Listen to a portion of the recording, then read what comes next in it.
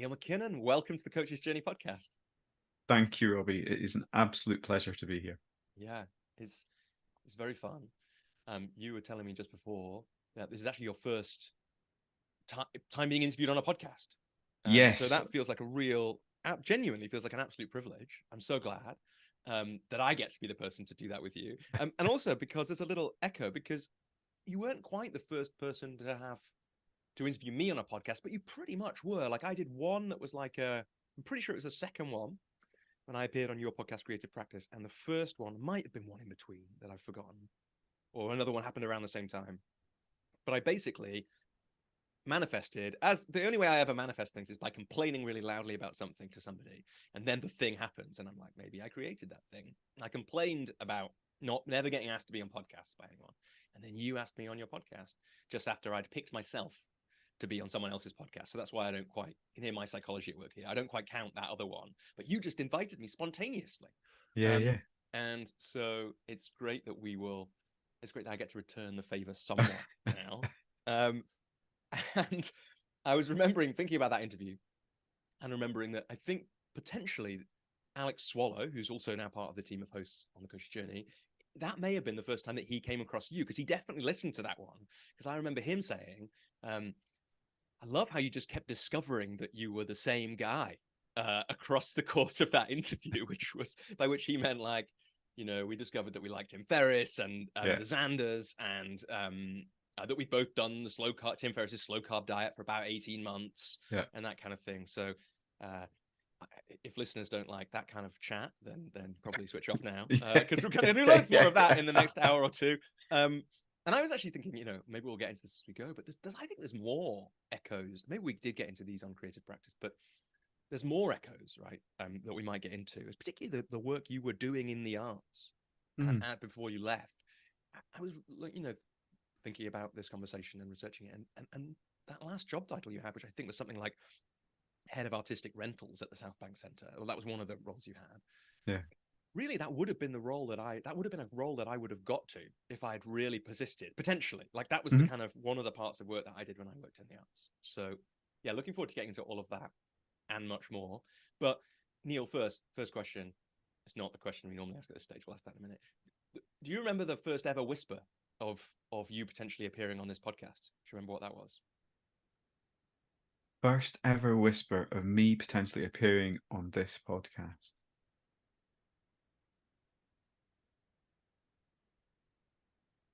If my memory serves me right, and I'm digging back there, that's the pause, the sort of thinking slow pause, is I asked you. I wrote you an email. Now I don't remember when, but it was the 27th of November 2020. Which strongly suggests that you might have a copy of said email. I do. It was you made a great suggestion, which was essentially, it was you did a very clever thing. You asked me to be on your show, and then you made the suggestion in the same email, which meant that I was like very well disposed to the suggestion. But because we were about to have our first child, I'd backed up episodes into the spring of the following year, and that was my reason for pausing and not saying yes to it. But it was a great idea. Essentially, the idea was, Neil, am at the beginning of my journey as a coach, and I wondered if doing an episode with someone who's in the middle of their training, followed maybe by revisiting that later, would be interesting. And as I read that back today to remind myself exactly what you said, I was like, that would have been really interesting. Like, what a shame that we didn't do that, because now you're too successful to really be that beginner person. But it's like it does. I think it also. So I think it was a great idea, and I'm glad that we're finally having this conversation. But also, I think it speaks a little to the beginnings of why it was important to have other hosts on board for the podcast, because it just increases the capacity. Because one of the things was, that's 2 episodes of the show when there aren't many episodes that go out, and now there'll be more. I think that'll be interesting. But yeah, so I'm glad we're finally doing it, and at some point we'll need to do that thing that you said, pick someone at that stage and then speak to them later, because I think it's just like, it does give us, it gives some kind of perspective. I wonder if there's anything you can say about, we can't quite do it now because you can only do it looking back from here, but about what it was like as you were stepping into the training that had you making that suggestion. Yeah. So in that moment, I, of course, didn't know what I didn't know about training and about the journey of being a coach. And so what I notice when you share the date and the language I used about being at the beginning of my journey is I was at the beginning of another phase of the journey, which was studying with the Academy of Executive Coaching and doing at the time 4-month diploma in executive coaching, a professional qualification leading ultimately to accreditation. And part of what I discovered during that was actually the journey had been much longer and had started much earlier. And my genuine intent was, with the ask, to offer up something that I couldn't find, which was an honest articulation in real time of a coach stepping more fully into that being their primary mode of professional practice, and sharing that in a way that was hopefully useful. So my experience of you that by that point was that you were a successful coach making a full-time living, and that, as I remember it, all the experience I had of listening to the Coach's Journey episodes was of successful coaches pretty much making a full-time living, or at least as full-time a living as they wanted to make from coaching. And I felt there was an opportunity to use that platform to do almost like a creative real-time experiment of, this is what the experience of going through a significant body of education is like. This is what the experience of stepping into the start of setting up a business is like. And as much as might be useful, sharing some of that. Yeah, and like you're just plotting out, it'd be a very cool Coach's Journey mini-series there, right? Wouldn't it? And yeah, I think you're right that is what this show has been up to this point, like pretty much by design. You know, the kind of what do you say?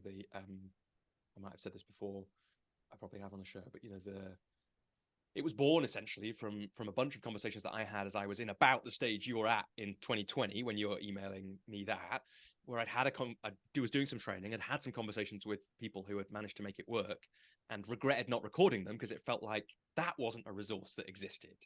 And lots of other coaches were asking me, essentially, I was just parroting the answers that people like Phil Bolton and Katrina Horry, who were in those early episodes, had given me. I was kept retelling those stories, which people who follow my work a lot will notice is pretty much all I do in my work, retell other people's stories.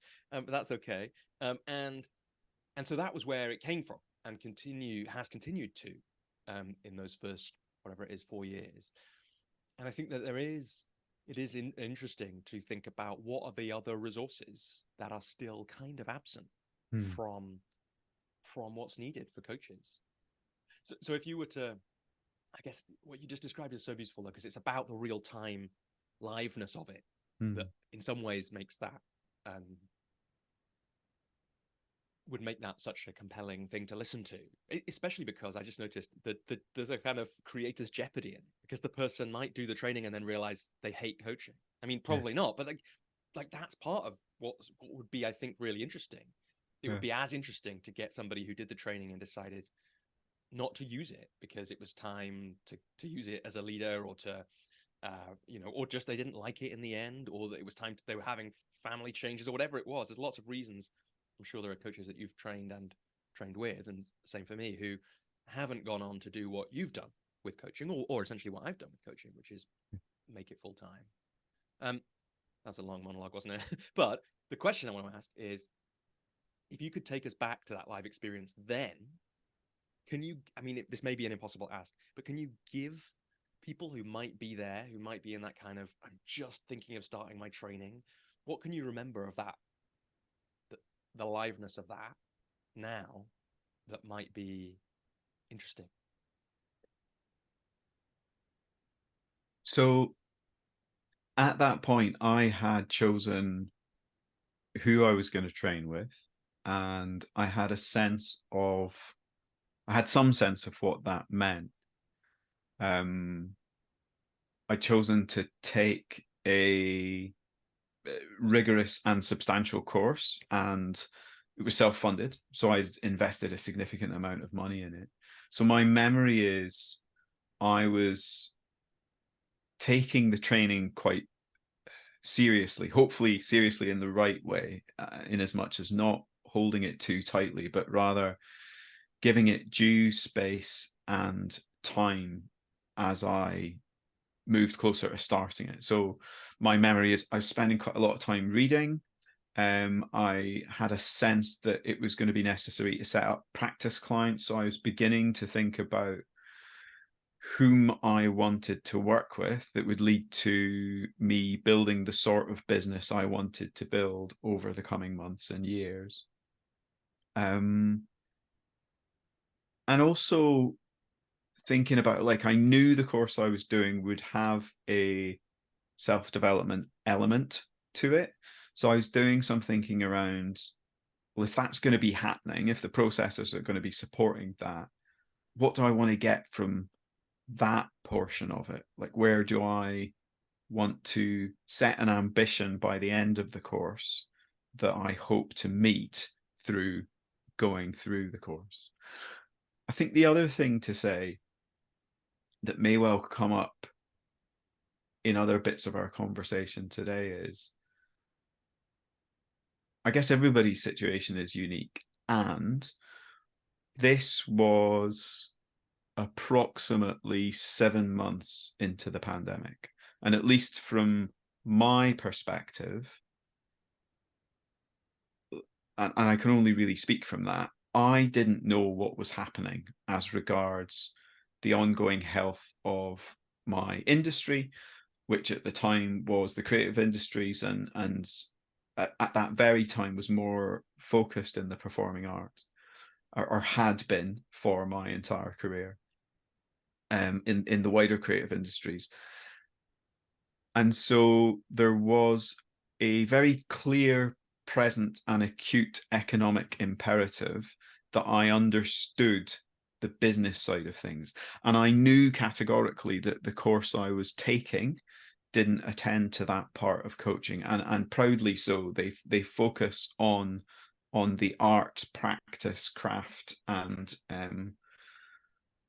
tools, skills, and many other things about coaching, which is more than enough for any one course. And so I was thinking, reading, and reading about and talking to people about the business of coaching. And indeed, that was part of the intent of getting in touch with you, again, because we'd had some back and forth over the previous, like, 18 months. So I was alive to this is going to be a way that I hopefully make my income. And I'd like to speak to some people that are doing that, at least as far as I can tell, successfully, to get a sense of the realities of that. I've been involved in the early stages of multiple businesses, and I have a fairly pragmatic sense of what is necessary, as regards getting something up and running, and so wanted to get more clarity on what that looked like as regards a coaching business. Yeah, and that was our first ever conversation, I think, wasn't it, on the phone? I remember where I was, actually, like in our old flat in London, and it was a sunny day, and then we did the phone because I was so zoomed out from the pandemic, or maybe both of us were. And that was the conversation part of it. You were asking, like, I'm thinking of getting into this thing. Like, how practically does that work, and how do people make it work? Yeah, I remember that well. Just to catch a couple of things there before we, like, I want to do some rewinding, because there's lots. Like you said, your story of coaching definitely doesn't begin in 2020.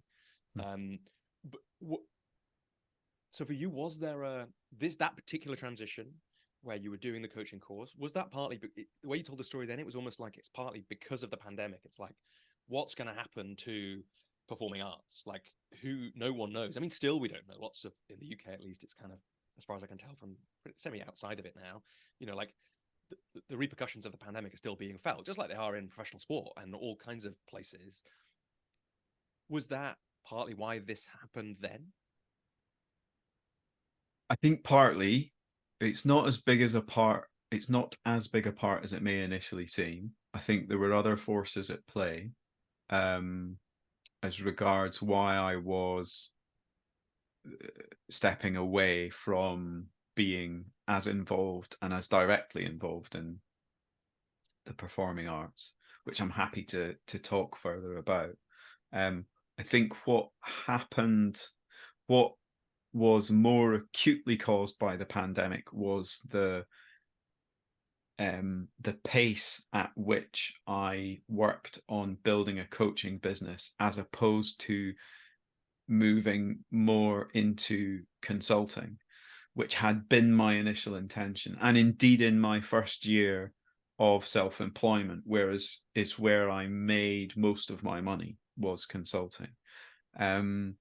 So I think the change was happening anyway, in terms of a move away from the performing arts, but the pandemic caused to expedite it. Yeah, really interesting. And yeah, interesting the effects that it had on, like, it's really interesting what you said about the building the business was catalyzed by it more than that. Two questions about, just again, from this idea that we're trying to do the thing that we probably should have done in 2020, right? Which is that episode live there. And I want to show, I'm not willing to let that go quite yet. So the two questions I want to ask is, you said you did a lot of reading around that time. So were there any particular books that you read at that time that if the gift of that conversation that we didn't have would have been really helping somebody else also as they were choosing their course and then moving into it? What did you read about coaching at that time that you think, I would want to help somebody else read that book if they were in the same place that I was? Yeah. And so I think probably at that time, well, there was one book specifically about coaching that was actually suggested to me by Kate Reese, which is the Coach's Casebook. So that was led onto by this wonderful book by Alan de Botton, I hope I'm pronouncing his name correctly, who wrote A Job to Love.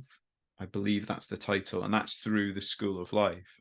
And I'd become really interested in one of the central premises of that book, which was there's an image fallacy with most jobs, that what it looks like you do as that job is not actually what you spend much of your time doing. And so a great example is a musician. And for most people, when they encounter a musician, they're on stage, they're the center of attention, or at least part of what the center of attention is. And they're having a great time performing music. And of course, that's absolutely part of the job. And a considerably more time-consuming part of the job is the practice it takes in order to be in the shape you need to be to do those performances. And of course, just so people don't know, because we might get to this, you know that because you were a professional musician. Yeah. So way back earlier in my career, for a number of years, I was a professional saxophone player and played flute and clarinet. So for anyone that knows the professional music circuit, it's really common for players to play multiple instruments in the wind and brass areas of particularly what we would call contemporary music. So I was primarily a jazz musician and a pit musician. So I played in backing bands. And so mainly saxophone, bit of flute and clarinet. And the other bits of that were really present was a lot of travel, a lot of time spent in different modes of transport, an awful lot of time sat in hotels, resting and being in a place that you don't really know the area, and you've got to be ready and available for the gig, and so on and so forth. So in some coaching work I was doing with Kate Reese, I had asked her at the end of a session if there was anything she might recommend as related to this, because I was also keen on understanding beyond the practice of coaching, which I'd already had a lot of experience from an earlier training, which we might come on to. What else will I be doing, and what frequently comes up in session? What's the sort of stuff that you keep bumping into? And she said, actually, there's this wonderful book that takes you through a whole range of different client bits of client material that are really common, and it's done very well by two incredibly experienced coaches, and I'm blanking on their names. And so, I was just googling that, Neil. If you saw me, it's Kim Morgan, isn't it? That's it. Of course, Jeff, it is. Jeff Watts. Yes. So people who don't know Kim, actually, people who don't know Kate, who's Neil mentioned a couple of times. She's a wonderful coach, who's also a client of mine. She's also someone who's really excellent at writing testimonials, so much so that I'm pretty sure her testimonial, despite the fact that we worked together in about 2017, is still on my website because I like it so much. Amazing woman, does some great work on resilience amongst other things. Actually, now also a coaching supervisor, if people are interested in that. And Kim Morgan was a guest on the podcast as well. People can scroll back through the episodes to find her. I can't remember the episode name, but we'll link to it in the show notes. And we talk a bit about the coaching casebook there, but not much. So as you just said in that book, you got a real sense of what is the actual job like? Exactly. Yeah. So that was a big one. And the other one that comes up, again, not one about coaching, and again, blanking on the names of the authors, is a book called Designing Your Life. And it's written by two specialists in design thinking who teach, I think, at Stanford. And essentially that was about responsibility and agency, about it very much speaks and resonates with the Tim Ferriss 4-hour work week approach, but is more methodical in taking one through how you might reimagine your life and put the building blocks in place to create that. So those had been foundational bits of reading I'd done in advance of the course, almost to set the scene for doing the course. And in fact, I actively held back on reading coaching books until the course started because I knew I'd be reading a bunch of them. And so it did more contextual stuff in advance. Yeah, lovely. What a great selection. And then the other question I want to ask about, as if we were in November 2020, is this would have been, what I'd have asked then is, well, what are if part of it was about self-development and setting intentions for that, what are your intentions, Neil? But now we have to ask, what were your intentions, Neil? And what happened, because I think it is a really a bit like I said about what the creative tension that would be about interviewing somebody at that stage. Not everyone who goes through a coaching training ends up being a professional coach. I think part of that probably is because people come to the coaching training for all kinds of different reasons. And for some people, it's like the acceptable way of doing some pretty intense personal development work. Yeah. And so it's a kind of undersold bit of coaching training. Like when Mike Toller and I ran some for a consultancy a couple of years ago, we were really aware that actually great success for us running the training was that these people's lives changed, like our lives changed when we trained as coaches. And not just for Mike and I and for you, it was also partly about what our life would become and our work would become, but it wasn't just that. So what were the self-development areas or goals that you were looking at that time, and how did those things pan out over the course of the training? So I think a deeper self-awareness and using a different modality to investigate that. And by that, I mean, what are the unconscious drivers that are working to cause me to behave in these ways, and how might I bring them more into consciousness and work with them intentionally to live a more balanced and fulfilling life. I think that was a big one. I think the other one was seeking to develop the skills and capacities to be more autonomous in the way I met my responsibilities. And specifically what I mean by that, and again, it comes back to money, is being able to step back into a place of, well, essentially self-employment or running my own business. And that felt like a profoundly important part of self-development for me. I'd been enormously lucky over the previous really decade and a half to work in a variety of roles as an employee where I was afforded a high degree of autonomy, and I had a fairly clear sense that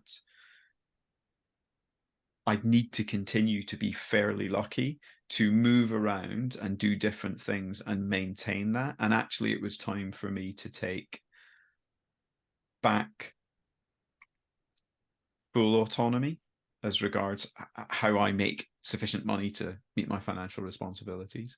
And it felt like there was some developmental bits I had to attend to get to that place, to be, for example, confident enough to set forth setting up a business as a coach, and looking at, well, what's getting in the way of that? What's the obstacles? How do I navigate that obstacle, perhaps untangle some of it, maybe reduce some of it, and maybe work out some of it that I just need to be present with, as I kind of move to this next phase. Lovely, lovely. And I imagine we'll touch on some of those things that came out of that as the conversation goes on. But so tell me, Neil, let's do some rewinding. When did you first come across coaching? So there's a number of answers to that. The clearest and cleanest one is 2012. And while I was at South Bank Centre, indeed, so I was at South Bank Centre in London, one of the largest art centres in Europe, for about 12 years. And I started in 2008 as a producer and worked in that role ultimately for about 5 years. And I'd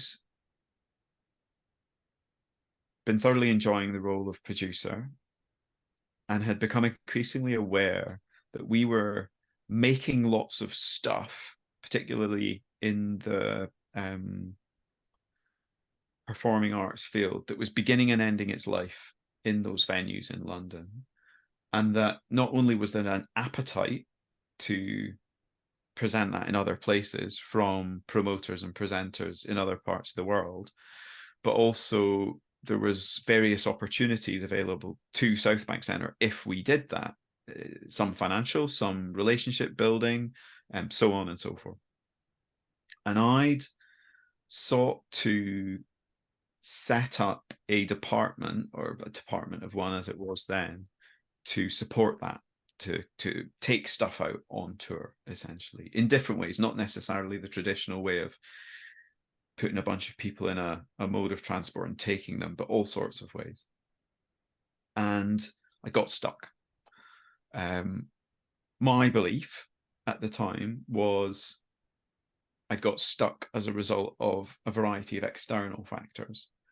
And I had a boss for a period there who was a maternity cover called Richard Hawley, not the singer-songwriter originating from Sheffield, but the magnificent arts administrator who for many years has been based in Birmingham and indeed runs a consulting firm out of there at the moment. And Richard is a Clore fellow. Richard is a trained coach. And Richard said to me one day, "You need to go and see a coach." And my immediate reaction was, right, how is somebody that doesn't understand the complexities of the challenge I'm dealing with, probably doesn't have the sort of awareness I have about the industry that I'm selling into, and all these other kind of things that I was throwing into my judgment. How is anybody possibly going to help me with something as complex as this? And Richard said to me, I think you need to go and see a coach. Right. And I still do trust Richard. So he gave me the names of 3 people and their websites. I checked them out and decided to meet with one of them for a session to see how it goes. And do you remember, Neil, how you chose that one? Yeah, I remember reading each of the 3 had websites, and I remember reading them, and something about it's so the coach I ended up seeing and working with over the next few months is a woman called Galen Gold, who was a phenomenal coach. I don't know how much coaching she does now one-to-one. Galen does many incredible things. Indeed was a guest on Creative Practice, the podcast I ran for a while. Is a writer, a producer of TV, was in a series of very senior roles in the arts, and an all-round incredibly positive, wise and supportive force in the creative industries at large. Yeah, I remember. So I met Galen. I think the only time I actually met Galen in person, she came and gave a talk to emerging leaders on a CLAW leadership program course when I was there. And rarely for me, I was actually at a course. So here's a great example of that kind of job thing you were talking about before. As a participant on CLAW course, you get to see Robbie having like a lot of fun sitting in on a week-long, like a day or 2 days of a week-long emerging leaders course. The rest of the time, I just fill in spreadsheets, check that people have sent the right emails at the right times, and all that kind of thing. But I had a wonderful time. And I remember, I think she gave like a kind of fireside talk, which I just remember being really amazing. And then I loved it because it was a good, I think, if she listens to this, Galen, this may be a false memory, I don't know. But I think she at the end was like, was that any good? And I was like, yes, it was really excellent. At least that's what I thought inside. And I found it really, really inspiring to get inside her head. And yeah, so if people want to get a sense of that, they can listen to the interview you did with her on Creative Practice. Yeah, absolutely. And I hope they can, I haven't been on her website in a few months, but I hope they can also access the thing that really spoke to me and got me to the first meeting with her, which is her writing, which resonates and sings with such authenticity and power. It's hard not to be drawn in to. Was this fiction? Because I know she writes fiction, No, but non-fiction. it wasn't. It was a blog, as I remember it, that I read at the time. And at the time, I think Galen was, alongside her coaching, was focusing quite a lot on writing, and that got me into the meeting with her. And let's just slow down on this. I think this is interesting. Just like there's a like sometimes people say, perhaps people includes me, that there's no point in having a website. I don't think I ever say that, but some coaches would say that you don't need a website. But there is a great reason to have a website, which is for when people Google you, you need them to be able to get on the website and then email you, essentially. Like I think that's the like number one function. But the other is, these days I actually try and step out. If I ever know that someone's shopping around for coaches, I really try and let them not shop around with me, because it's like can be a real waste of our time, partly because I'm never the cheapest. And so I always take the longest to get stuff in the diary out of if they're trying to find 3 coaches. So I usually lose. But also it's like a lot of time for someone to invest with me. But if people are looking at websites, that's a real kind of moment, isn't it? To like think what is on there, or what could be on here that will draw people in the way that Galen's writing drew you in to contact and schedule something with her. And do you have any other thoughts about,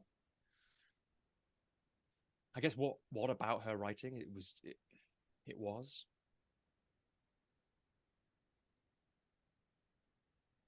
So the best available memory was the humanity of it. Yeah. And that I got a sense of a a real person, and indeed, and this may come up again in other ways, I wasn't being sold to. There was an honest account of what's available, and no more and no less, clearly articulated in a personable and honest voice. That's my memory, and that was certainly my experience. And it wasn't promising me results. It was sharing the process that's available, and that still very much resonates with me, and indeed is central to my core beliefs around coaching. And so you might have just said this, Neil, and I might have just missed it, but was that then what happened in the conversation as well? Like, it was the writing wasn't promising results, but then when you met Galen, I'm guessing that it was in alignment with that.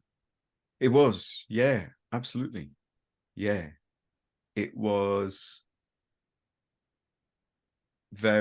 so I experienced Galen in all the good ways as a process-focused facilitative coach. And by that, I mean, she, as I remember it, stayed true to relatively pure coaching, and essentially and skillfully and lovingly handed me back to myself at every available opportunity to do my thinking and untangle the bits of me that were holding the process back. And indeed, the emerging realization over the body of sessions we did was, although there were external factors that were perhaps less than ideal, like the biggest obstacle was me and some of the ways I was behaving and approaching things, and so on and so forth. And so, yeah, it was, so her writing was congruent with her presence and approach as a coach. Yeah, it sounds like in those sessions, there's shifts around mindset, there's shifts around locus of control, and I know you've thought about those and self-development and energy lots. Like, can you say anything more about either how those ideas played out for you in that coaching that you did with Galen, or how they've been important to you elsewhere? So in the coaching with Galen, it was around, and you've hit the nail on the head around the mindset shifts and the locus of control, that I was of a critical mindset about the context. And there were certain things that were gravity problems. So there were inalienable facts that I couldn't change. For example, the degree of funding for a new initiative, the safety of trying something that was exploratory and different in comparison to continuing what we'd done before. And then there was a whole other set of things that were as they were because of how I was approaching them. So, for example, one of the things that was within my locus of control was how I influenced, and I had become somewhat fixedly focused on the outcomes I was getting from colleagues as relates to buy-in on this new initiative, and frankly didn't, until the support of Galen, having a good look at myself, have the emotional maturity or humility to step back and check in with how I was complicit in getting the results I said I didn't want, and that I needed to make some internal shifts to get some external results. So I think those were the kind of the main things that came out of it. Yeah. So you did, I know this story. I don't quite remember if you just said it then. You did several conversations with Galen over a period of months at that point. And then what happened? So there was unquestionably a shift in things internally at South Bank. There was a happy coincidence, and I'm not wholly confident how much I believe in coincidences, that there was a growing appetite internally that we take things external. So we take some of the work that we want to do to other places from a couple of senior stakeholders. And ultimately, the touring and commissions department got the funding necessary to have a role on a fixed term basis for 2 years to see if it was possible to make it sufficiently economically successful that it was sustainable. And as is right and proper, it was advertised as a role, and I applied for it and got it. Without question, the work I needed to do on myself to influence the creation of that role as much as possible was wholly facilitated by the coaching I received. And certainly the work I needed to do on myself to be ready to do a role like that was largely facilitated by the coaching. And it allowed me to step into the thing I wanted to do, and indeed go on to run that department ultimately for around 5 years and build it into a multi-person department, and have a lot of fun and adventures along the way, going round the world with all sorts of different productions and festivals and performing arts shows, and present them in a range of wonderful locations and with some amazing co-producing partners, and build these relationships and reputation of the organization internationally, and make some money. Yeah. And this is great podcast content for listeners who are listening. There's a thing behind you which says the Grand Touron. Is that to do with that period? I've been on lots of calls with Neil, and I've always wanted him to ask him what this thing behind him is. It's funnily enough, it's not. It's a picture my wife bought because she thought I'd like it, because I'm sort of fascinated by the idea of grand adventures, big narrative arcs. So in fact, it looks like it's got like spaceships or exactly, yeah, missiles or something on it, and planets. It's a very cool image. We can like screen grab it or something maybe and put it in the show notes, or people can find the video of this on YouTube at some point. And we should put the link in, because it's one of a series of a set of artworks for and again, I'm going to blank on who it's with, but it speaks to my fascination with going out into the world and traveling. It speaks to, I love the grand tours, so I have at different points in my life been an avid road cyclist, and I love the Tour de France and the Giro d'Italia and the Vuelta. And also it's got spaceships, so what's not to love about that? And who is the artist of the other piece that's behind so that is by Maxwell Mackinnon, my now 7-year-old son, and I'm confident that's some of his earlier work from his 6-year-old period. That's great. We probably can't yet put a link to a series of Maxwell's artwork on a webpage, but we will find that other link. And one day, when Maxwell is a world famous painter, you can sell that to pay for your retirement. Neil, we've done a slight tangent here, but I guess the before we move on from that period at the South Bank Centre, I want to just kind of slow down. So because you mentioned already that a part of what was going through your mind as you were starting coaching was the things you'd been part of at early stages before. Yeah. Businesses, you mentioned. But there's another thing here that's not quite a business, but it sounds like it's something that you took to significant levels of success from scratch, from, in fact, less than scratch, right? From nothing and an idea, with the facilitation of some magical sounding coaching, to, you know, performances going around the world that wouldn't have otherwise gone around the world. So I wonder, if you look back on that, what is there a particular, you know, what, like you kind of mentioned it, that shift that you had to go through to make that successful, or are there particular parts of it that you're really proud of? What else from that period stands out in this moment? I think there's answers immediately come up to both.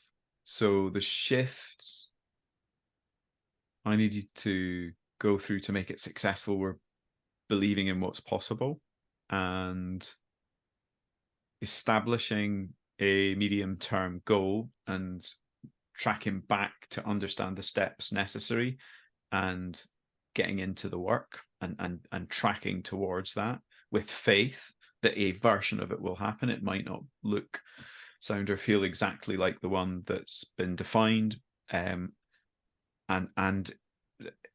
something will happen, change will happen, and things are possible with that hard work and belief. I think I'd gone through a phase where I'd lost some of that, and I'd had it earlier in my career.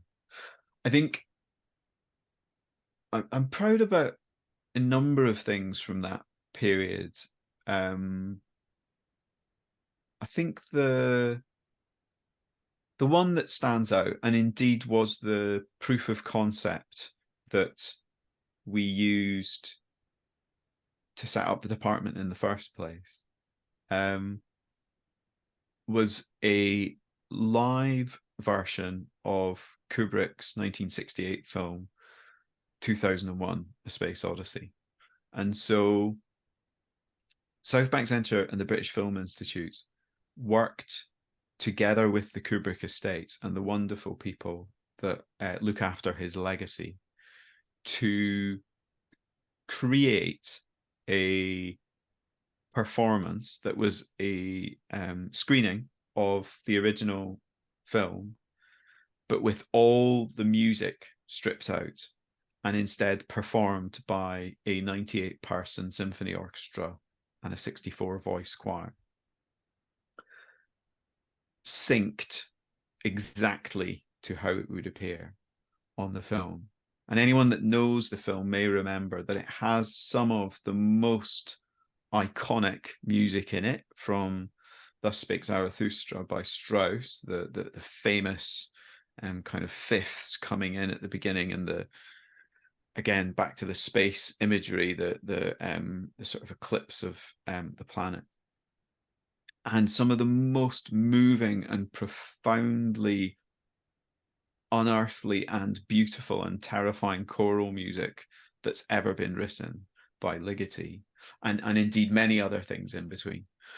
And so over the course of the 4.5-5 years that I was running the touring commissions department, we took that to many, many cities, and I had the opportunity to work on it when it was presented at the Sydney Opera House, when it was presented at the Hollywood Bowl, at the all over different parts of Southeast Asia, Europe, America, and it was just a really wonderful experience with what I still believe to be one of the great pieces of cinematic art, and one of the most extraordinary combinations of film and music that we have. And it is for many, it's not an easy watch. It's a funny old film that asks a lot of the viewer, and I kind of love that. Like, I love that if you are willing to show up and give yourself over to it in the ways that it asks you to, it is quite a profoundly moving experience. And so I'm delighted that something that we created, and I don't pretend for a moment that I was alone in this, there was a team of people that put the initial production together. has been seen by tens of thousands of people around the world, and that's really exciting. I think the other one that I'll mention, and indeed part of the vision it was serving, was the artistic director of the South Bank Centre at the time, a woman named Jude Kelly, who indeed is also a previous guest on Creative Practice Podcast, had founded a festival called Women of the World, which celebrates women and girls and looks in an honest way at the challenges they face in society. And I was part of the team that supported that festival going out into the wider world, and supporting local groups of people to create the festival through a structure that was made by the programming team of the festival, not least Domino Pateman, who worked with Jude for many, many years on this festival. And indeed, that festival became so big, it's what Jude went on to do when she left South Bank Centre. She created a foundation, and that is her work in over these last years, and has gone on from strength to strength. And once again, although I was a part of the team that was in a part of that journey, it was a real privilege to support the proliferation of that festival. And I feel feel proud that I was part of its story, because I think it's gone on to impact the lives of many people in a positive way as regards awareness, education, and platform of some important voices that have some really, really profoundly important things to tell us about society at large and about ourselves.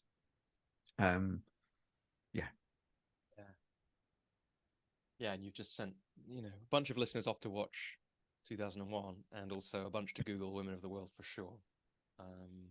Yeah, thanks for sharing those, Neil. Wow, amazing. Yeah, and what a beautiful thing to be a part of those things. And I just caught a little echo. I don't know if this is true for you, but it is for me, that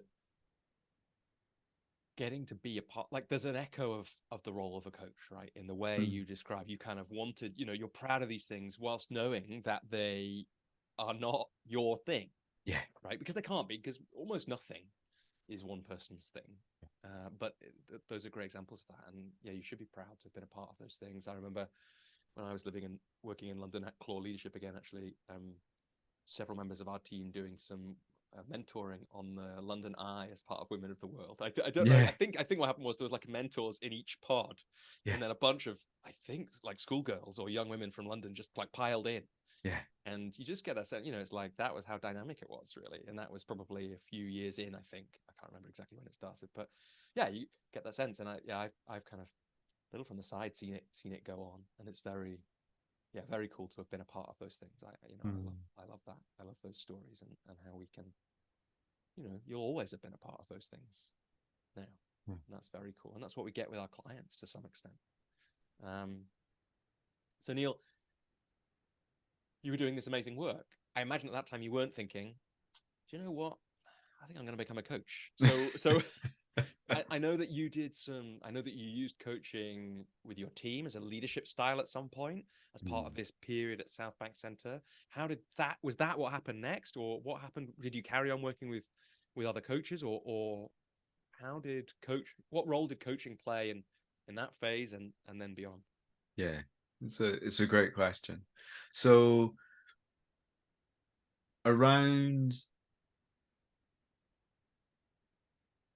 4 years into the touring and commissions role, thereabouts, possibly slightly earlier, I learned of an opportunity that South Bank Centre were running along with the Royal Opera House and the National Theatre to go on a training course called Coaching as a Style of Leadership. And Neil, just out of interest, what year was this roughly? Can you do that for me? Because it would have definitely been my old boss Greg at the Opera House who was driving it from that point of view, and I wonder if I was there at the same time. When was this? Yes, so I was on that course with Greg. Were you? Okay, so yes. it's just okay. You were so people who are interested, Greg Jauncey was an HR manager, HR and training manager at the Royal Opera House for a long time. Amazing guy. He now runs an arts HR consultancy, which if you work in the arts, it's like, thank goodness there's finally one, because there was basically no one if you worked in a small arts organization, smaller than the Royal Opera House pretty much, or the South Bank Centre, that had an HR department, and there was no one to ask. So it's amazing that Greg and Bendy and some of his colleagues do that. Right. So so it's just after that I met Greg, when he'd just done his coaching training, I think. Yeah. So I'm pretty sure Greg was one of the participants of the course. Again, that may be a false memory, because I know of Greg and the wonderful work his HR consultancy do. And so I'm slightly checking myself there. No, it would have been around that time. Anyway, that doesn't matter. So Yeah. you then, and this was with RD First, who Exactly right. regular Yes. listeners will have heard about on this podcast before, but not that much. I think Sarah Fox might have trained with RD First. Definitely, we've talked about them a bit on the show before, and I've tried to get a couple of them on the show in different ways at different times, and it just hasn't happened for various reasons. But so you did some training with them, but coaching as a leadership style. Yeah, and what I understand that course to be, and super happy to be corrected by anybody that knows better, is a somewhat compressed version of their full leadership training, of their full coach training course. So RD First, set up by the amazing and wonderful Deb Barnard, as I understand it, for many, many years, were the primary coach training provider for CLOR and the CLOR Fellows. And therefore and also very influential in arts and culture generally, because without question, and particularly because they were pretty much just working, I think it's advertised, or it used to be, for just cultural sector people. Although yes. I doubt they hold that tightly if somebody comes along and is very excited. Yeah. And RD First stands for relational dynamics, and their whole approach is coaching as a relational act, and it was an extraordinary training. And indeed, there is a big part of me knew my arts career was in trouble after day one of that course, because it landed so impactfully with me. I think one of the things I may have said to my wife following the first day was, I haven't felt that alive in the office-based workspace for some time. There's something going on here. There's something really impactful.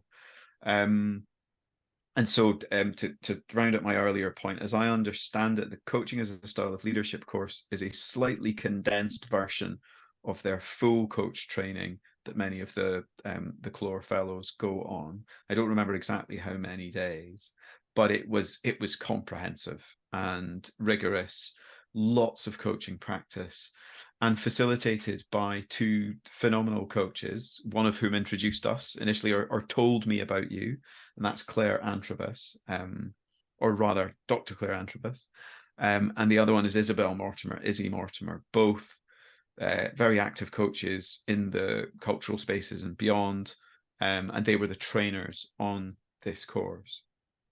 And not only did I have the benefit of their wisdom and the excellent material they offered, but also there was approximately 6 or 8 senior leaders from each of South Bank Centre, Royal Opera House and National Theatre. So people that had significant experience in the field formed the cohort. So there was a real quality learning environment of some fascinating people, several of whom I'm still in touch with, and most of whom have gone on to do wonderful things in all sorts of different ways in leadership and indeed in coaching.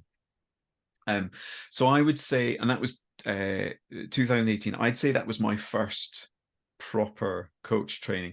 I'd done bits and pieces since first working with Gayleen, but they'd been an afternoon here, or a couple of hours there, and they were fine, but looking back, they weren't really scratching the surface. You didn't go home and talk to your wife and say, something's happening Yeah. here. This is amazing.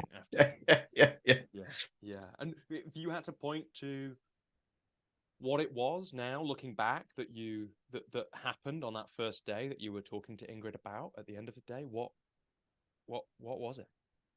I think I got an appreciation for, well, on one level, I got an appreciation for what Galen had done that had facilitated the change for me, which was employ very skillfully core coaching competencies, and that there was a methodology that, when met with someone who has a high degree of self-awareness and the capacity to leave their ego as far out the frame as it ever can be, is profoundly potent in creating a space in which extraordinary work can happen in different ways, and sometimes in really quite short spaces of time.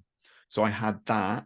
I had 2 exemplars of quality coaching in Claire and Izzy.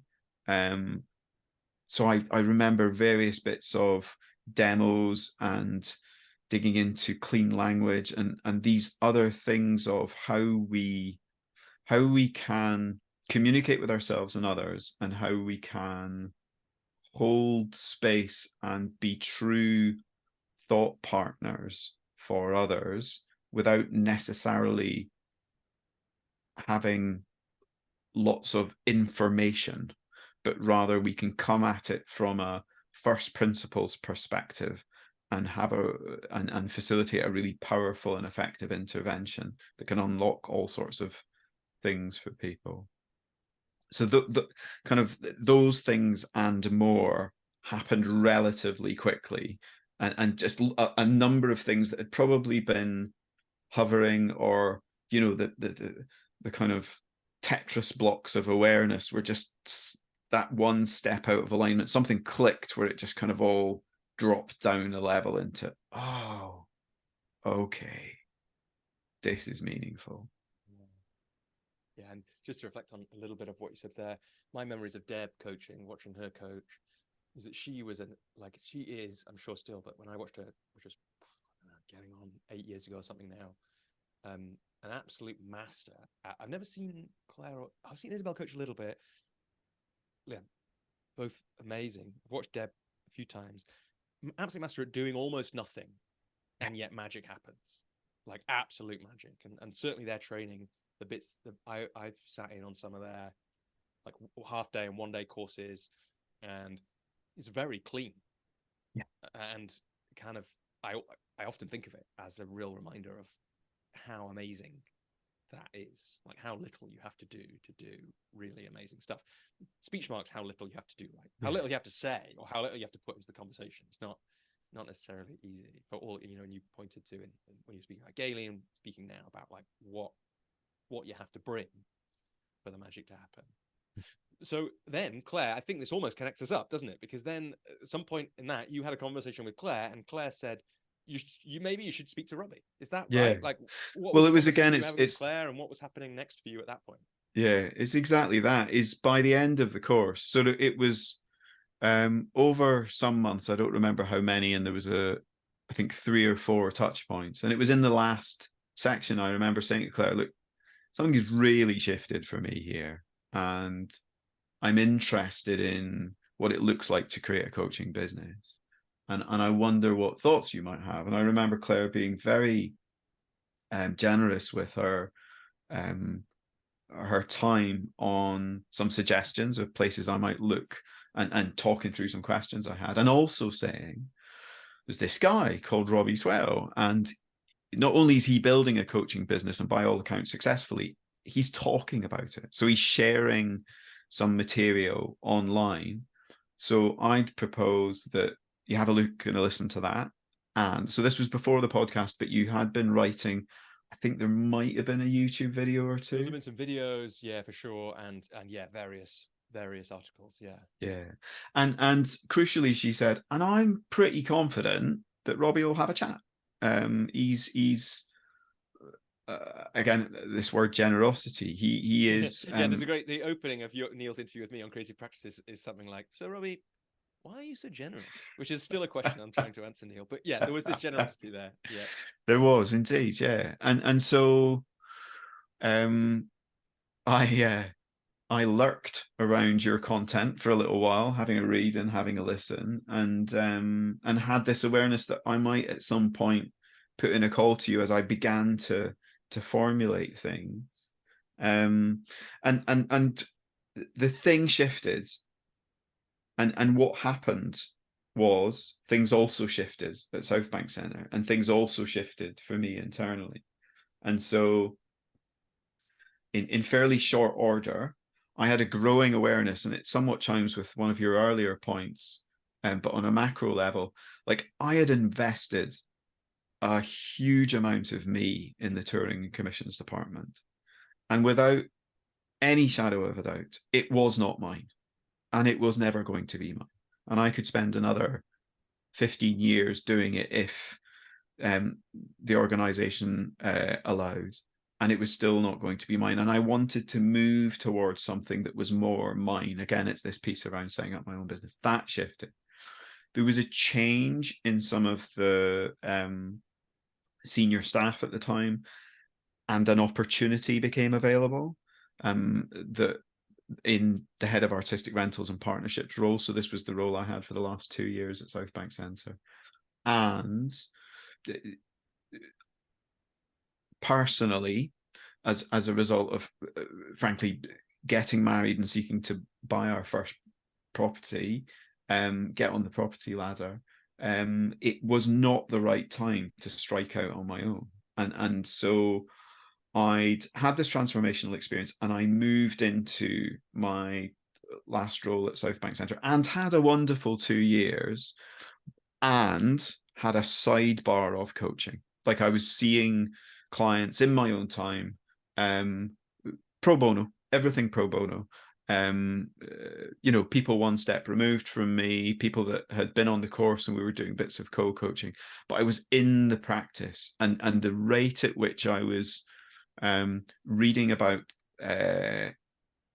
coaching, listening to whatever I could find podcast wise that was aligned to coaching, because at that time there wasn't a great deal, as you've said, part of the spark for you setting up the coach's journey and all the things. So all that stuff was beginning to happen, and the energy was building. The more I was practicing, the more I was reading, the more I was paying attention to how else might I study, how might I further my credentials, like start moving towards the first level of accreditation. In that 2 years, that was really gathering momentum. Yeah, and this was like 2018, 2019, 2020. Yeah. Exactly that. Yeah, and so, you then didn't train with RD first anymore. I'm guessing partly because you'd kind of done their training. That would have been one option. Yeah. When we were speaking, I found in my emails, I can't remember exactly what I said to you. I would have said the same thing I would say to anybody, probably still now, which is like, there's a load of choices. Do some investigation, go to some open days. Here are some that I've heard good things about. And then you decided to train with the Academy of Executive Coaching, which I would say is the most corporate of all sounding training organizations that you can train as coaching with in the UK. And yet, as, again, regular listeners will know from, for example, my conversation with John Monks about training at the AOEC, it doesn't really sound like a very corporate training to do. So it's like a really interesting branding move from them. They couldn't, could they?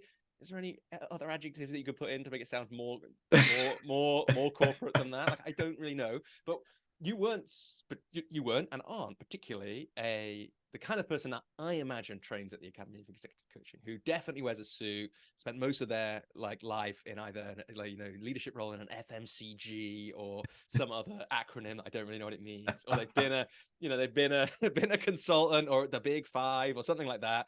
I don't think it's Big Five anymore, is it? I think one of them's bought another one. This is the accountancy firms, isn't it? But so why did you choose the AOEC it sounds like at that point it was like, okay, I need to, there's another move happening here. Yeah. There's the pandemic happening. Yeah. That's catalyzing some of this, but although not all of it, because we've had all those reasons, maybe the property situation has got a bit easier 2 years in or whatever it is. Like, what led you to finally doing the training and to training with that organization? Yeah. Again, a great question.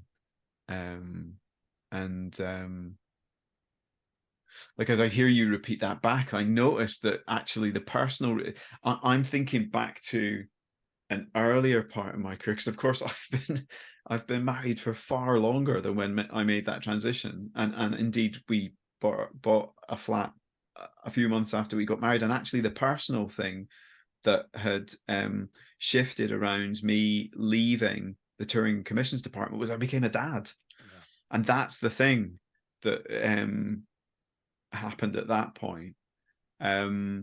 So just noticing my misremembering and having false memories and connecting gigantic life events to the wrong timeline. Only all of us do that, I think. Yeah. Yeah. And only me frequently. So I had an awareness that really early on that I didn't solely want to coach people in the creative industries. I had understood from my training with RD First that the opportunity was to work far more broadly than that. And I've always been fascinated by, frankly, the vast majority of things. And indeed, one of the probable reasons that I migrated from being a professional musician was I was never willing to solely focus on that. I was just interested in too many other things. And indeed, it's one of the reasons I think that I was so happy and fulfilled at Southbank Centre for such a long time, because it is a multi-arts centre that does so much more than the performing arts. There is a wonderful visual arts gallery.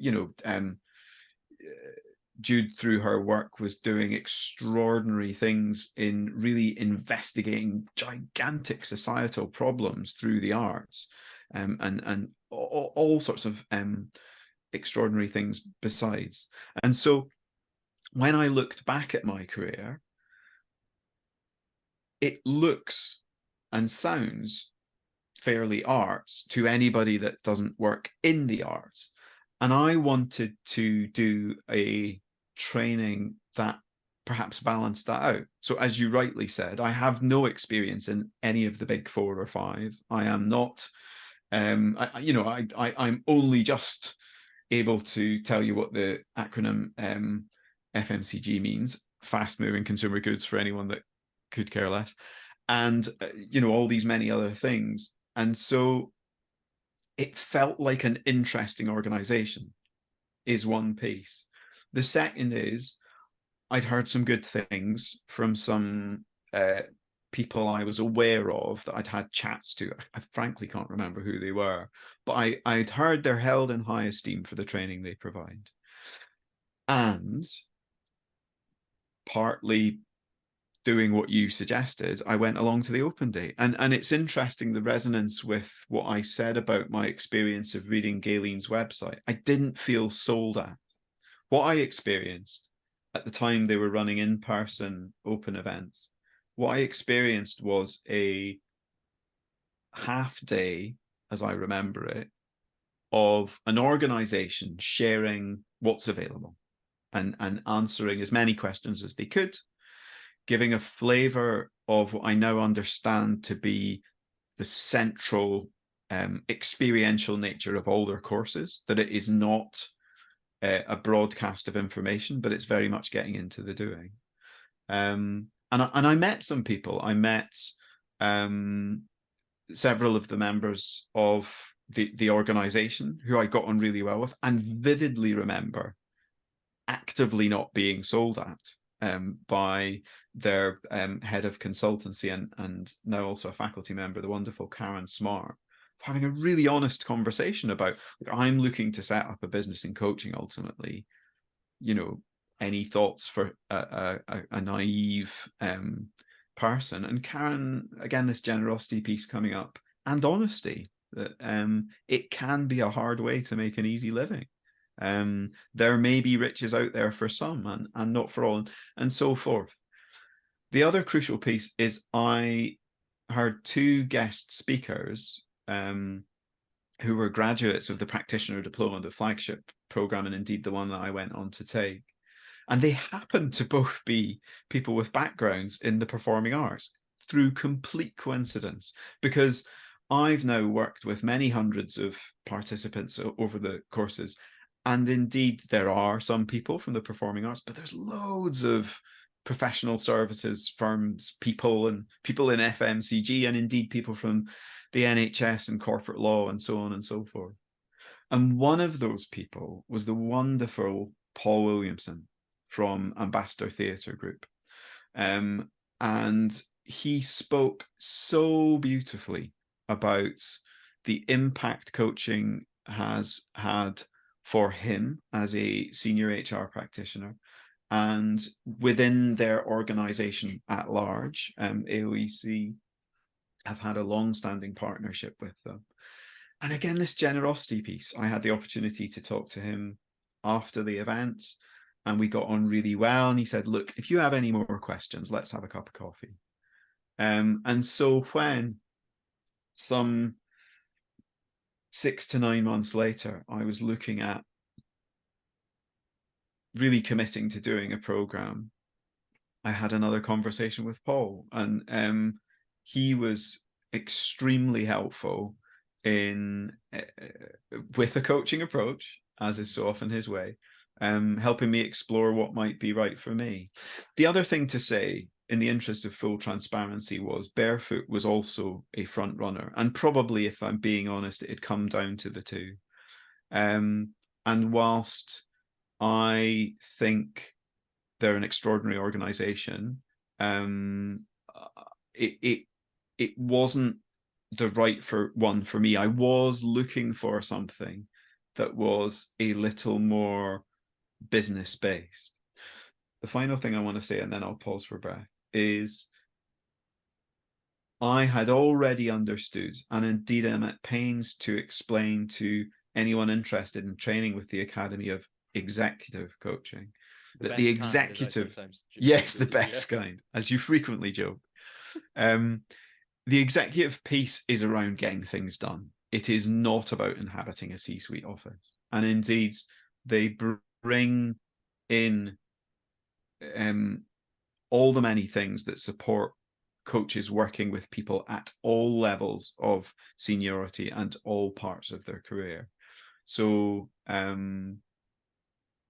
that had become abundantly clear through my interactions with the company. And indeed, I believe in it even more fervently now as a part-time faculty member for the organization over the last couple of years.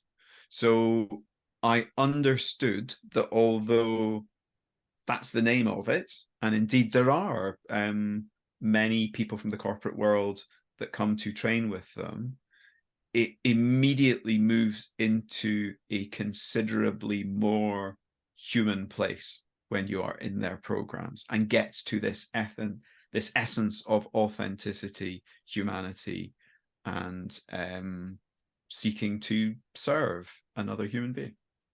Yeah, beautiful. And you've just referenced it there. You quite quickly became a faculty member at AOEC. How did that happen? And what's it been like? And are there any like parts of the training, or like what have been the best bits of becoming a faculty member for you as a human, if that makes sense? Yeah. And so on my practitioner diploma, which is the now 6-month flagship program to get to the point where you are accreditable by the 3 major accrediting bodies. There are many more, but the program is triple accredited. So with the Association for Coaching, the European Mentoring and Coaching Council, and the International Coaching Federation, once you successfully graduate from the diploma, you are able to accredit with those if you have sufficient client hours.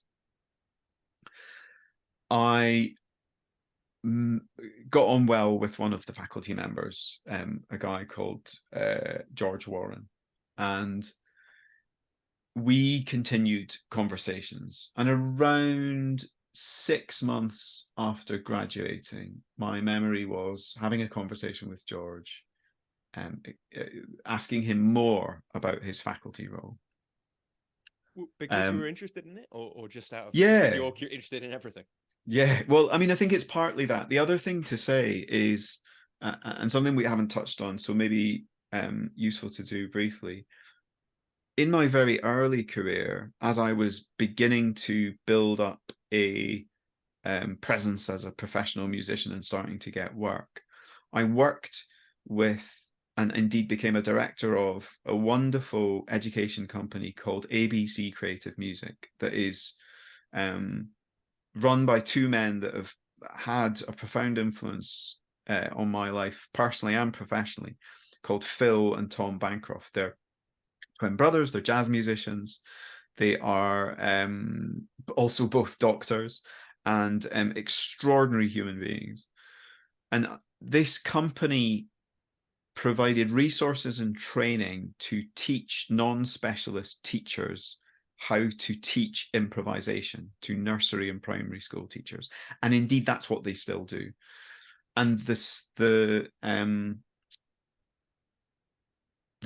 depth of understanding they have of making meaning through structures, both, well, in all forms of language, not least music, and how we can work with people to facilitate their capacity to do things beyond what they believe are within their reach is extraordinary.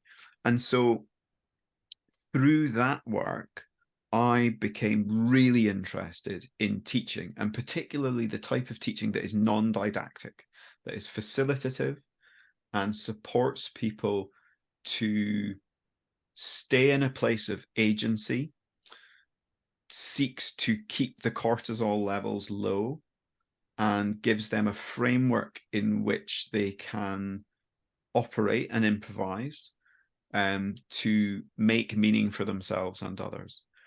And so my appreciation of George's explanation of what the faculty role was and my experience on the course very much resonated with the work of ABC Creative Music, albeit that the end product was different, but there were similar principles and philosophies at play. And I had had a profoundly impactful experience on the course. It genuinely had been magical. It genuinely had been transformational, and hoped to stay close to the organization in a way that was mutually beneficial. And so George and I began exploring those questions, and he, some months later, suggested I meet with Moira Halliday, who was then the director of programs. And then we had several conversations about what opportunities might be available in the coming months. And then ultimately, yes, I was offered a role and given a significant onboarding period where I shadowed other members of faculty, did a huge amount of reading and experimenting with the material, and ultimately began delivering on both the coaching skills certificate and the practitioner diploma. So that was the route in.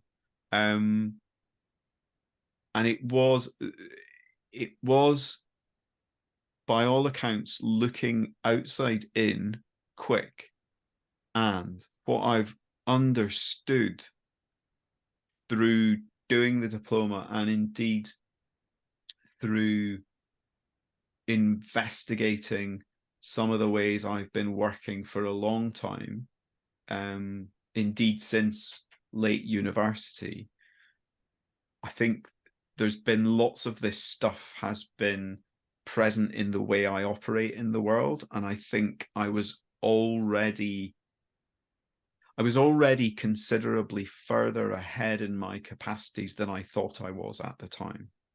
And so, although there was, in those first few months when I was shadowing and learning, an undeniably steep learning curve, the experience, to come to the latter part of your question, the experience of delivering from them right from the off was one of just genuine full embodiment of something that feels right and is both challenging in good ways, edifying and energizing, and has been enormously rewarding, because one of the real gifts of not only working as a facilitator in coach training, but of course as working as a coach, is that I get something from it every time. Like, I learn and I grow, and I'm like, I get to shine lights on the bits of me that are hiding in the darkness that I might need to attend to. And so yeah, it is sincerely a real privilege. Mm. Yeah. And then that's only part, though, of what you do now. So that's a significant part, I imagine, practically, of time and money, and it's only part of it. And so bring us up to date for people who are listening. Like, where is your coaching work now outside of the Academy of Executive Coaching? One-to-one work, work with entrepreneurs and founders. What else? How do you think about that work, and how does it look? Yeah. So nominally the AOEC is 2 days a week, and that ebbs and flows. And the other 3, I largely work 5 days a week, is coaching one-to-one and business development and so forth around that. As I said earlier, I've sought not to focus on building a client base demographically within any particular industry. And so I'm really interested in people that inhabit a certain psychographic area, and find myself particularly helpful when people are ambitious, driven, committed, adventurous, interested in creating things. And that doesn't need to be in the creative industries. And indeed, to your point about founders and entrepreneurs, some of the most creative people I've met. I do some work with people in higher and further education, and all sorts of other people too. And so that is one-to-one. And yeah, I'd say at any one time, my practice probably has between 10 and 15 people in it. And that continues to grow every quarter, slightly. Yeah, and it is for me at least, in this phase of my coaching business, it is the core work. And again, very rewarding and enriching. Yeah. And I noticed earlier on, you a few times when you were talking about me, you used the word successful. And I noticed myself doing a little cringe, a tiny bit, as you called me now, let alone me then, successful, because I think that word holds a lot of charge for a lot of people, including for me. But certainly from the outside, from where I sit, I would say that you have absolutely been successful in building a coaching business by the standards of most people who would look at the time frame from. I appreciate, though, your kind of rejection of the premise of this, but that you did a minute ago when it came to music. But if we think about the time frame from starting training to where we are now and what you've built, it to me certainly looks like the kind of thing that most people would definitely take that, as they start their coaching training. If I could create what Neil has created in, what is it like? I guess it's like 3 years ish, as we record this, people would take that. I wonder what it feels like to hear me say that, and also if you can give because I know some, because we've had conversations in lots of different ways, including as me coaching you, I've got some inside knowledge of this, and I want to be careful with that. But if you could give people some idea of what that, people hearing you now, I think I won't be the only person thinking that. So I wonder if you could give some insight of what it's like to hear that, and also what is the inside of it actually like, as for you as a coach right now. Does that make sense? It does, yeah, very much so. It also feels a bit awkward to hear it, and a little bit Good, yeah, like a little bit of a kind of I'm wriggle. glad. I wanted to give you that back. Thanks so Yeah. much. Very kind. And I do think it is materially informed by the last, well, frankly, by the last 40 or so years. And so one of the frames you just referenced, our coaching, and indeed, you are one of the coaches I have to thank for the whatever success there may be in the ongoing journey. And one of the frames we came up with as part of a recent body of coaching you did with me is, and I'm probably going to paraphrase it, but essentially, like, I've been a curious human for 40 some years. I've spent much of those really focusing on listening and being present to what's going on, and sort of various other things. You know, I started getting inside how one sets up a business about 25 years ago, and indeed was financially liable as a director for other people's incomes in my early 20s. I essentially was entrepreneurial at Southbank Centre and built a department that was turning over many hundreds of thousands of pounds by the time I left, that had sales at its center in a relational way, that in some ways was providing a service, in some ways one could argue it was a product. I had 5 years as a producer prior to that, and 2 years as someone that was overseeing a multi-million pound budget, so have developed fairly sound practices in budgeting and financial forecasting. My last employed role, which we haven't touched on, when I left Southbank Centre pre-pandemic and was stepping into coaching, I ran a department at Intermusica, a very successful classical music agency. And sales was at the heart, and so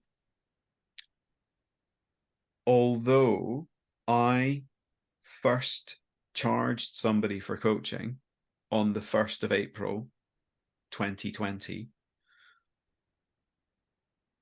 let me rephrase that. I first charged somebody money for coaching on the 1st of April 2020. I was doing reciprocal coaching, and people are, of course, always, and never forget, if somebody is getting you for free, they're still investing their time.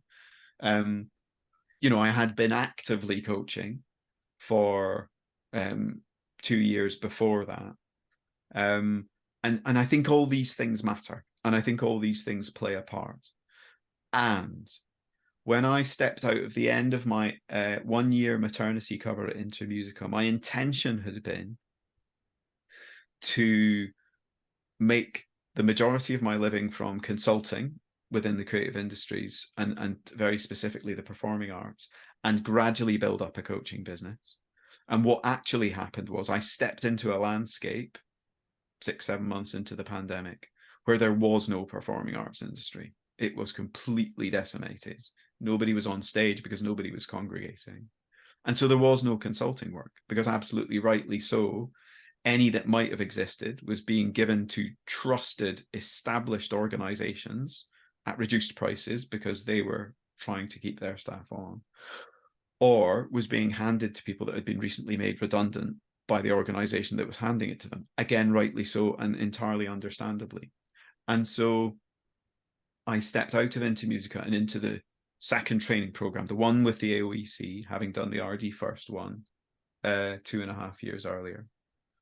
And I needed to get going, and quickly, and build a coaching business that returned sufficient income that could sustain my financial responsibilities. Now, I'm enormously lucky that I am married to a wonderful woman that has her own extraordinary career. And indeed, if you want to learn more about her, Ingrid Mackinnon is also a previous guest on Creative this is Practice. just really just one way to plug your podcast, isn't it? But it is my favorite. Like, I haven't listened to all the episodes of your podcast, but I've listened to a few, and the one with Ingrid is my favorite. I think it beats the one with me.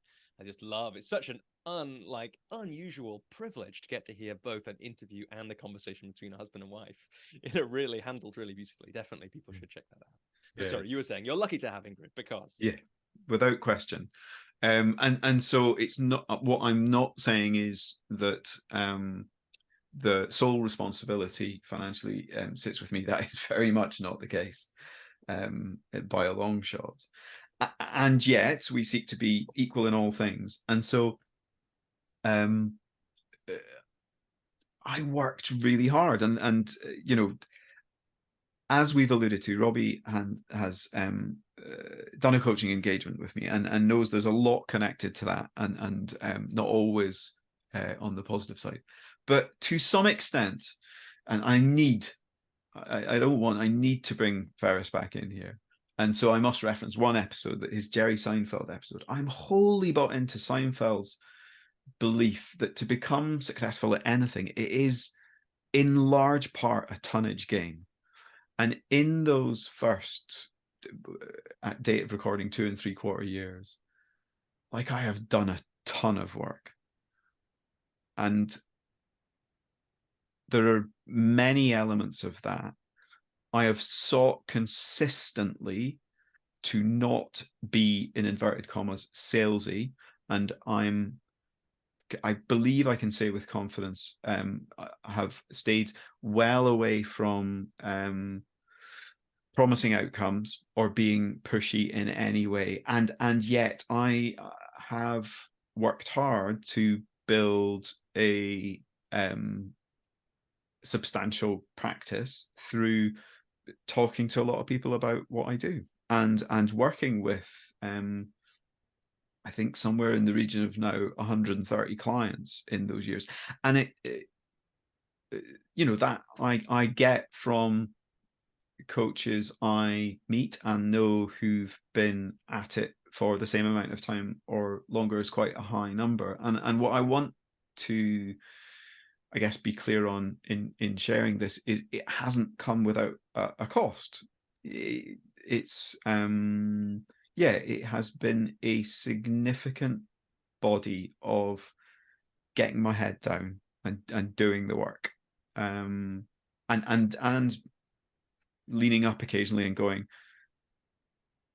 is what I'm doing effective? Am I doing the right things? And being really honest with myself about that. I'm working with some coaches to explore it. And so, I think, however I might define success, has come from a combination of those things, and indeed support, without question, from my wife, not least, from other coaches, and colleagues from my course at the AOEC, others I've met along the road, and there's got to be a degree of luck in there too. Yeah, but I'm like, you're not sure you believe in coincidences. Like, I'm not sure that this is the second time you've used the word luck, and I'm not sure I totally buy it in either case.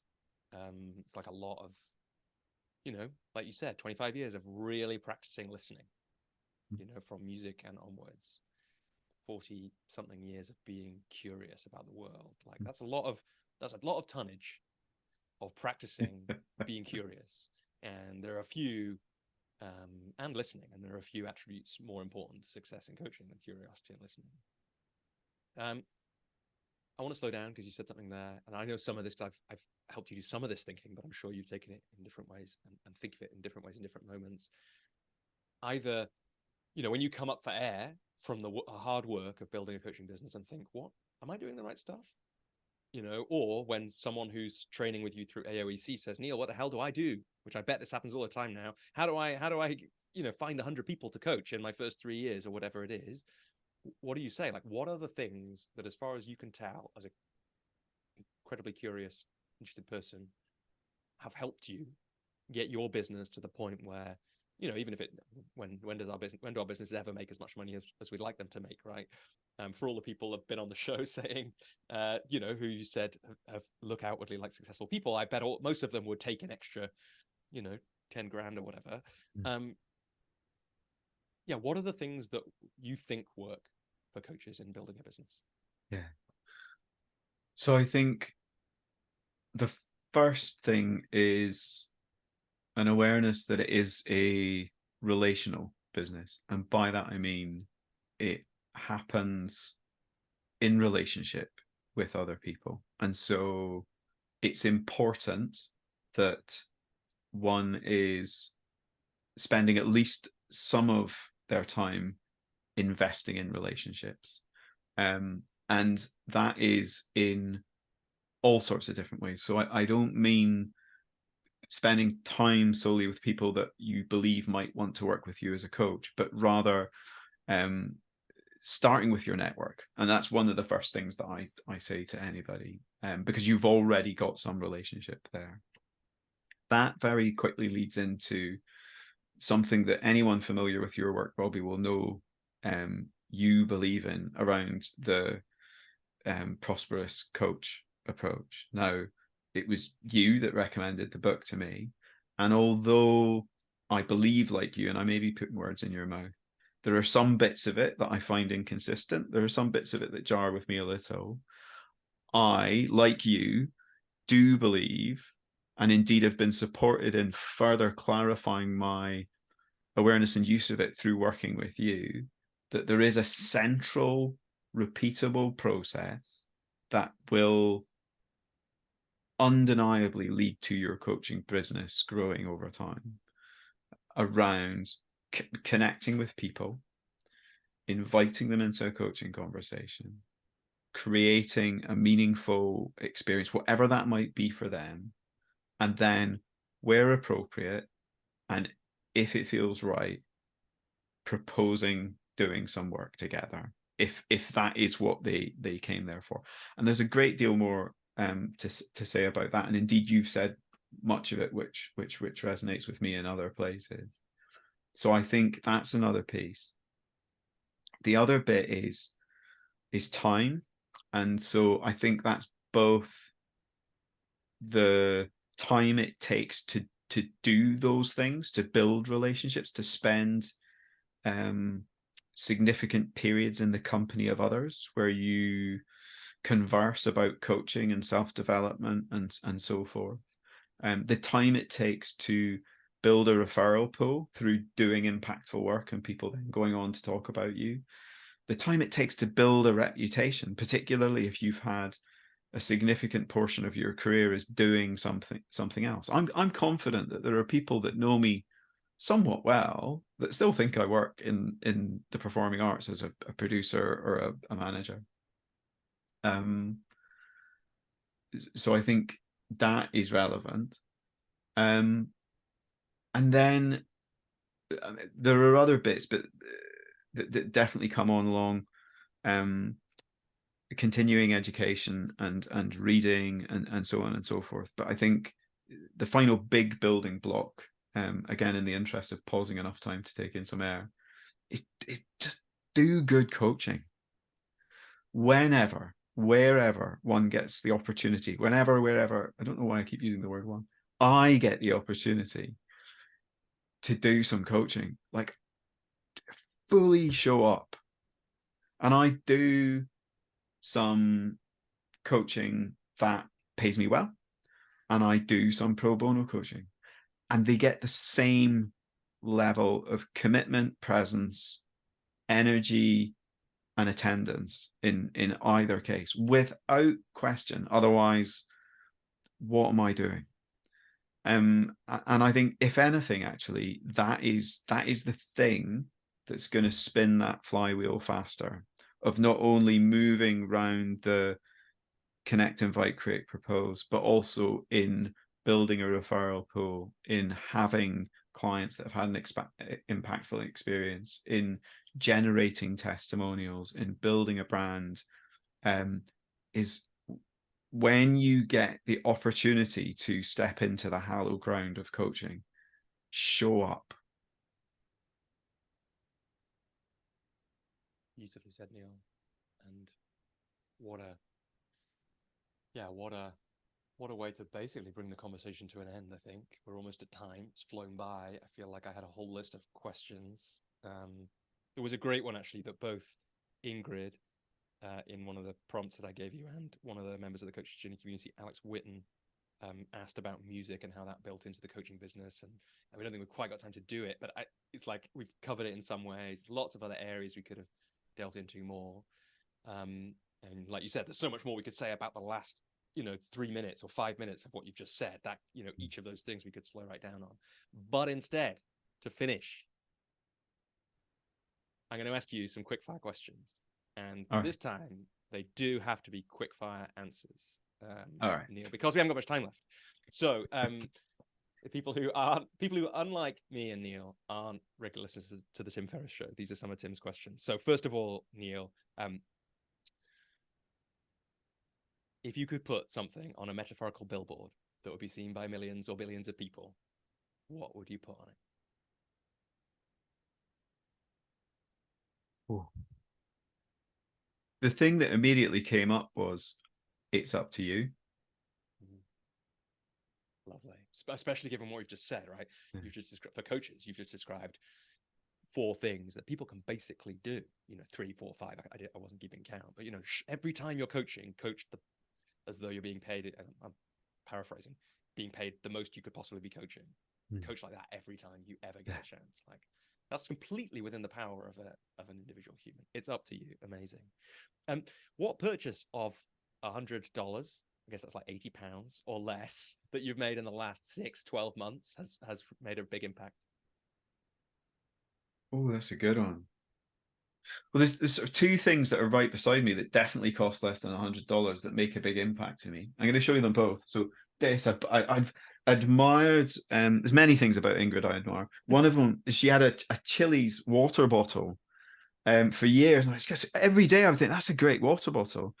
And I kept saying, I'm just, finally, like she does with many things, she turned around and said, well, just do something about it then. Buy it's up to you, Neil. Exactly, yeah. Ingrid's so that's one. And the second one, I didn't buy it. It was Ingrid that bought it, but I keep it on my desk, is this. It's a really hard exercise ball. Now, there are periods of my life that I've lived 90% north of the neck. And I use this sometimes between sessions or just in a break in the day to roll out the bottom of my feet, just to bring my energy back down into my body.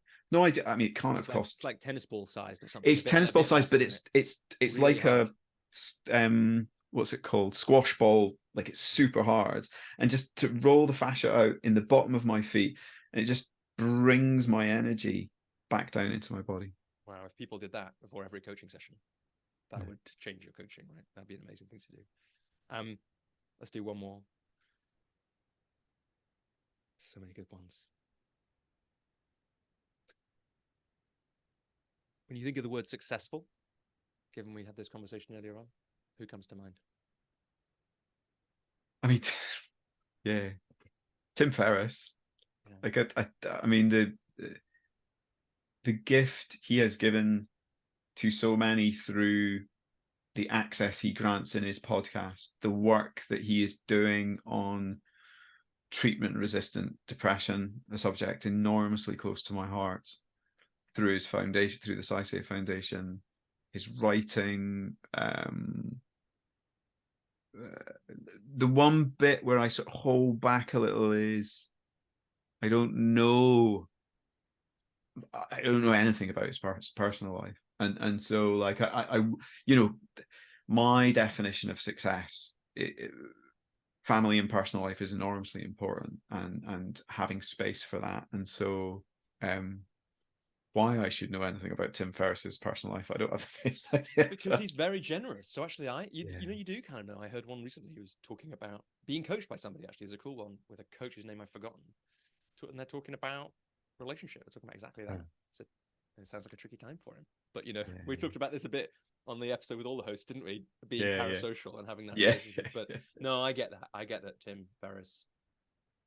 It feels to me like he holds a lot of.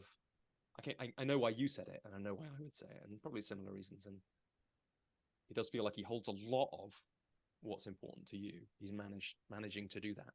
yeah, Um, yeah, but yeah. And making a contribution, making a real contribution, and like he is a man who has understood at various points in his life that it is up to him, and he has brought things into his locus of control. I'm profoundly energized and impacted by people that are willing to do that, that are willing to, because I think one of the key things for me and how hopefully I come across and why someone like Miles Downey resonates so deeply is like coaching is not woolly and fluffy. As Jerry Colonna beautifully puts it in an explanation of the type of coaching he does, like I'm going to paraphrase here, if you're willing to step deep into the cave of yourself, past the bear and into the real darkness, and find out what's there for you, what gold is available, and bring that out into the light, in amongst all your shadow, and have the courage to do that, then that is the work. And I believe enormously in the capacity each of us have to bring things into our locus of control through doing the necessary and hard things. And I think Tim Ferriss is a profound example of it. The things that he has experienced in all different parts of his life in different ways, and stepping into his power and using it for good. You know, clearly I'm a massive fan, and some might argue he comes from a place of real privilege, and I don't deny that in many ways, not least as a white educated man myself. And yet I do believe he has consistently sought to do the necessary things, the important things, to be able to give of his gifts to the world in a meaningful way. And I think, Neil, like as is so often the case, one of the reasons that question is so good, right, is because it invites us to really explain what we admire about somebody. And there's lots of ways in which what you've just said about Tim, I think, could be said about you. This has been an absolute pleasure to dive into your story. Like I said, we could have gone in so many more directions as we had. I'm super excited that you're going to be hosting episodes of this show, bringing that curiosity to some amazing guests. But most of all, just thanks for your energy today. It's been a real pleasure, and it's incumbent on me to also thank you for the opportunity to take something that you've made and be part of its ongoing journey, and also for the support that you've shown me over these last few years as I've got to whatever level of success I might have had. It's been, in part at least, thanks to your support, so thank you. Yeah, I'll enjoy that just like you can enjoy women of the world going on to new things. No, I really mean that. So yeah, Neil, thanks so much. It's been a total pleasure. Thank you.